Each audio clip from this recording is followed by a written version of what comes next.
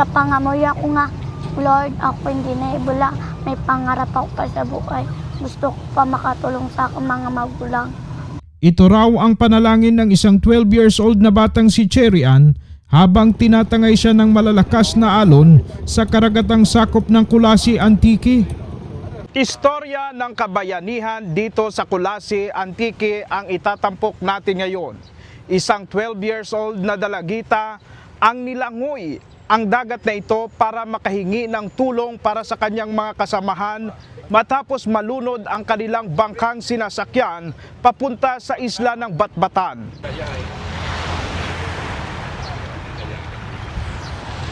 Noong Mayo 6 ng umaga, payapa ang dagat, tila walang panganib na naghihintay. Sumakay ng motorbangka si Cherry Ann Mateo. Kasama nito ang lola at isa pang pasahero at ang bangkerong si Dante.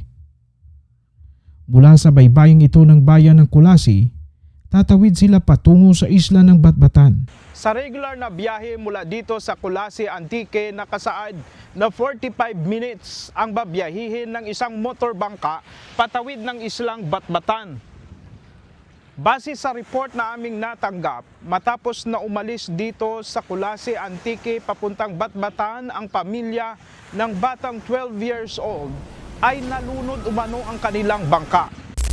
Bagamat ilang linggo pa lamang ang nakalilipas na mangyari ang insidente, tila walang bakas ng takot na makikita kay Cherry Ann. Naabutan naming naglalaro ito sa baybay. Ang pag-akyat sa puno ng aratilis ang pinakang madalas na laro nito. Kinausap namin siya tungkol sa kabayanihang ginawa nito. Dapo nga daluyon, ang agampas ka naman, ang bawal nga daluyon. Ta na agtiklop, ako ang una-una gali ulog. Sa kwento ni Cherry Ann, inampas raw ng malakas na alon at hangin ang kanilang bangka. Siya raw ang unang nahulog nang tumaob ito. Mama, Papa, buligay kami. Kapangamoy kami lang med. Ang balinipinang. Ako ko no, hindi nagbulyaw sa serbes. Tambal ko oo ni pinang. Tambal na, mapangamoy lang kami kuno. Nga may mabot pa lang nga serbes. Taga pangamoy kami. May nagabot kani nga serbes. Pero ang rayo sanda. Hindi na kami makita, aberaw naman kuan tawag kananda, hindi anda. Ang bugsay na to, na kuan naman kananda, hindi darangod makita. May mga dumaan raw na ibang bangka pero hindi sila nakita ng mga ito. Makalipas ang mahigit 1 oras na palutang-lutang sa gitna ng dagat at tanging plywood na pangtabon raw sa makina ang kinakapitan noon ni Cherry Ann. Dito na ito nagtanong sa bangkerong si Dante. Idong Dante nga doon Dante, ang rayo siya ay ambali, idong Dante, uuning ang rayo, tambal ko kung akong marapit lang niya, lango yung uja, tambali doon Dante, sudo na makuno ang serbes, para marapit-rapit bala, pero hindi naman masarangan, tason, ang Sinubukan raw nilang itulak ang bangka para makalapit sa baybay pero hindi raw nila makayanan. Makalipas ang halos 1 pang oras ay dito na raw nagdesisyon si Cherry Ann na siya na lamang ang lumangoy papunta sa isla ng Batbatan para humingi ng tulong. Buhay lang dato. Kuan ako ron kun nga malangoy ako ay ang kuberta dato. Pila ka man nagbalik. Tama man dato, duto ako sakay. Sumampa raw siya sa kuberta. Ito ay ang pantakip sa makina ng bangka na gawa raw sa plywood at kahoy. Mga pirang oras? Mga 6 hours. 6 hours? Diretso ka man. Langoy ikaw, sige kita na. May time nga daw na duraan ka man tang pag-asa nga makaabot dyan sa baybay? Wala, basta diretso lang timo. Sa loob ng halos 6 na oras ng paglalangoy, hindi raw siya pinanghinaan ng loob. Tuloy-tuloy lamang siya sa paglangoy habang nakakapit sa kuberta. Nang marating ang baybay, doon na raw siya nakaramdam ng pagod at pagkahilo. Agad raw siyang tinulungan at binuhat ng mga tao. Si Lola Angelita kasama sa lumubog na bangka. Malaki ang pasasalamat nito sa apo dahil kung hindi raw sa kanya, hindi raw sila nakaligtas sa trahedya.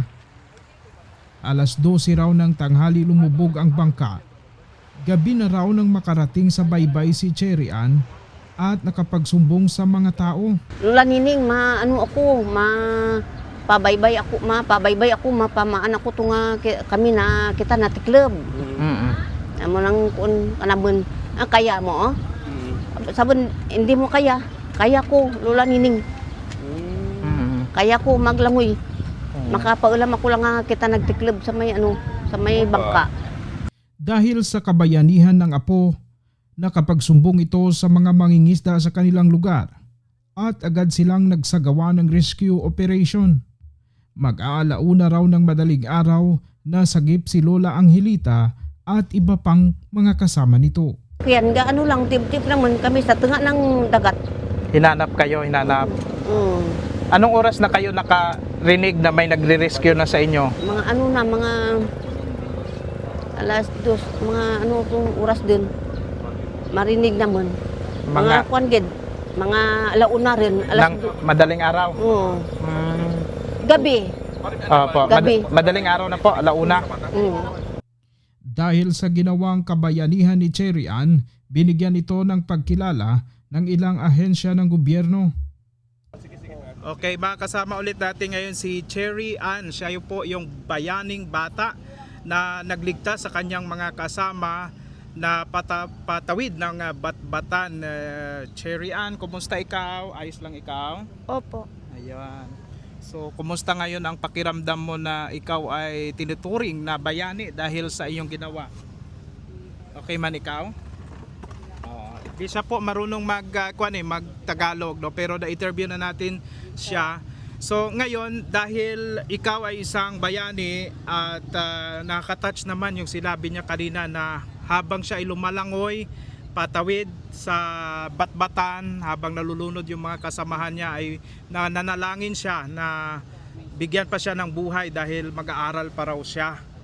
Napaka touching talaga ng moment na yun. Si Kuya Jonathan Naknak at si Kuya Aljon Habahib ay mayroong charity event na isinagawa doon sa Dublin, Ireland noong nakaraan. So isa sa mga beneficiary natin ay si Cherry Ann. So bibigyan po namin si Cherry Ann ng bigas and groceries. Ito po. Ayan, sa iyo yan ha. Dalhin mo sa inyong bahay ha. Okay, sige. Welcome. Ito, mayroon ka ng bigas. At saka makatanggap pa si Cherry Ann ng 5,000 cash. Ayan. 5,000. Thank you po. Ayun, magagamit mo sa pag-aaral mo. Apo, ito ha. 1, 2, 3, 4, 5,000. Anong gustong sabihin kay Kuya Jonathan at kay Kuya Aljon? Maraming salamat po sa inyo. Hello everyone, to all the beneficiaries of this event. We hope that this small act of kindness will bring comfort, hope, and strengthen your days ahead. So, in behalf of my Kasimanwang Aklanon, I just would like to say thank you so much to my colleagues and to my Irish-Filipino community in Leopardstown Park Hospital for their undying support. Ayun.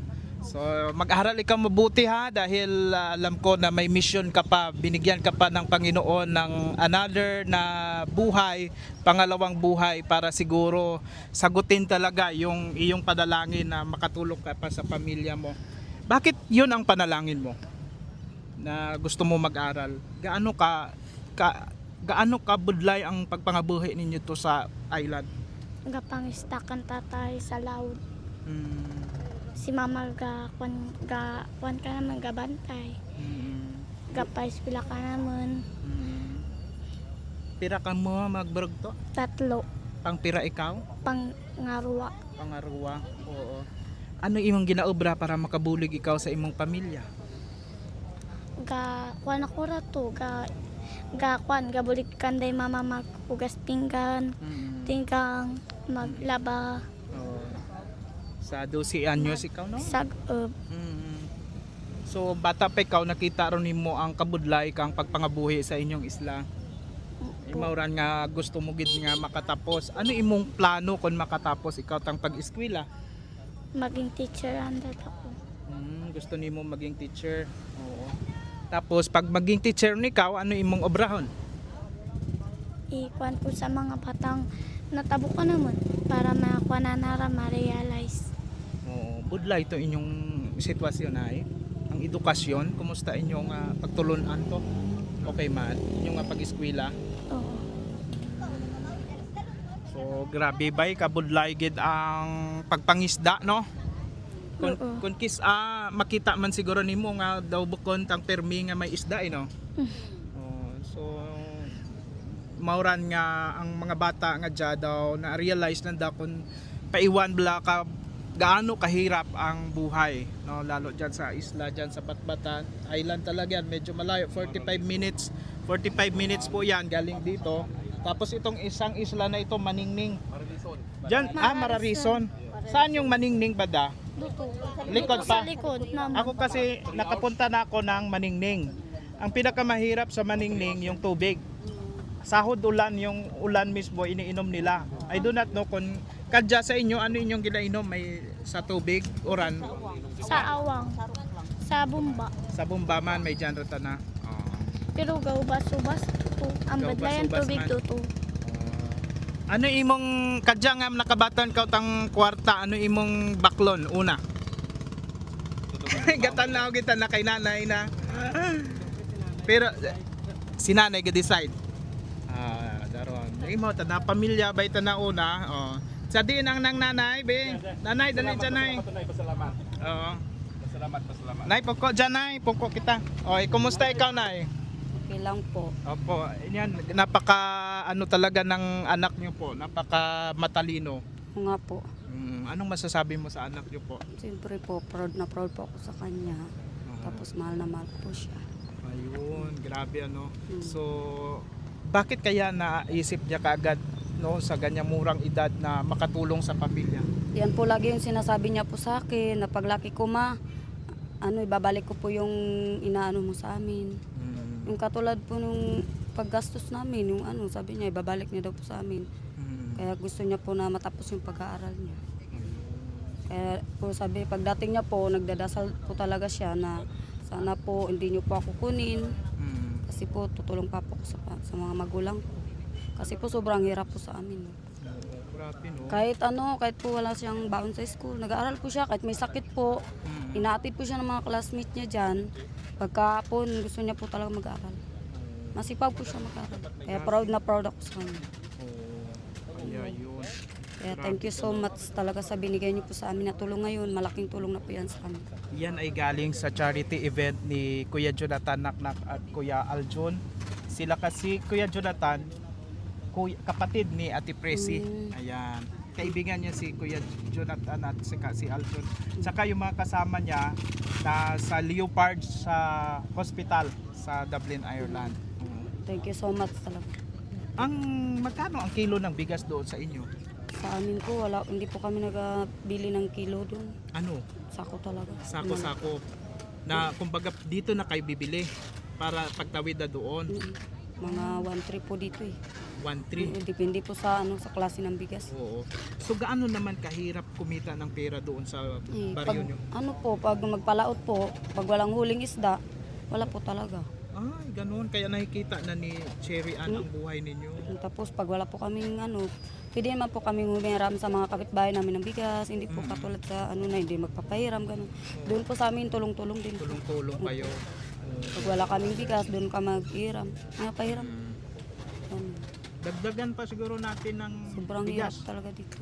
Dagdagan pa natin ng bigas. Si Lola, bigyan din natin. Magkasama kayo sa island? Opo. Bigyan si Lola para mayroon din siya para kahit pa paano po ay yun naman ang purpose na ni Kuya Jonathan na Naknak na sa charity event nila ay maibsan yung paghihirap ng mga kababayan natin kahit isang araw, dalawang araw. Malaking Hirap talaga dun sa amin. Mga anak ko, kahit walang baon yan, nag-aaral po yan. Di katulad po yung sa iba na hindi po sila Lola, ito naman sa iyo po. Ayan. Maraming salamat po. Opo, dito po kay Kuya Jonathan Naknak at kay Sir Aljon. Maraming salamat po sa inyo. Binigay niyo, imbulig niyo sa amin. Opo, ayan. Sige po. Nanay, proud na proud po kami sa anak ninyo at kayo, napalaki po ninyo ng mabuti ang inyong anak. Malayo man kayo sa syudad pero mayaman naman kayo sa kabutihan.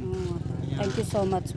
Opo. Kahit mahirap tayo, basta mayaman tayo sa kabutihan, yun ang number one na magiging susi ng tagumpay ng anak Yung ninyo. ano niya po talaga, gabi-gabi po yan, nagdadasal po siya, ganun. Kaya siguro, inaano din po siya ni Lord. Ginabayan din talaga. Ginabayan talaga siya. Kasi ano siya, malapit na malapit sa kay Lord. Opo. Gabi-gabi nagdadasal po siya. Sana makarating din kami sa inyong Sana lugar, nga ano? po. Mm. Makita rin namin kung anong pamumuhay Oo dyan nga sa po, inyo. ay, magpunta po kayo doon para makita niyo. Opo. Hirap talaga doon. Yung isla. Ha? Yung para man yung makita niyo yung isla, Opo. ang batbatan. Opo. Nakarating ako sa Maningning po. 2 gabi ako doon. Naging guest speaker ako sa piyesta. Napakahirap ang tubig doon, sahod ulan. Yung ulan mismo iniinom. Mas lalo lagi po ngayon, maano yung tubig. Ganon din sa inyo? Babantay. Island kasi yan, no? Mahirap ang island. Ano? Mahirap ang tubig ngayon. Ayun. Ngayon nga nga buwan. Mm-mm. Pag muulan na naman, marami ng tubig. Opo. Mm. Ayun. Si Rian, ang pera mo ay patago mo kay nanay mo, ha? Huwag ka mawala. Thank you so much po talaga. Opo. Sige po, salamat po God ng bless marami. po. God Ayan. bless. More Marami. blessing pa po ang mag-abot sa inyo. Opo. Ayan. Diyan kasama, kasama siya. Oo. Galing po kay Kuya Jonathan and friends. Ayan. Kaupod ka sa dito? Sige. Okay na po.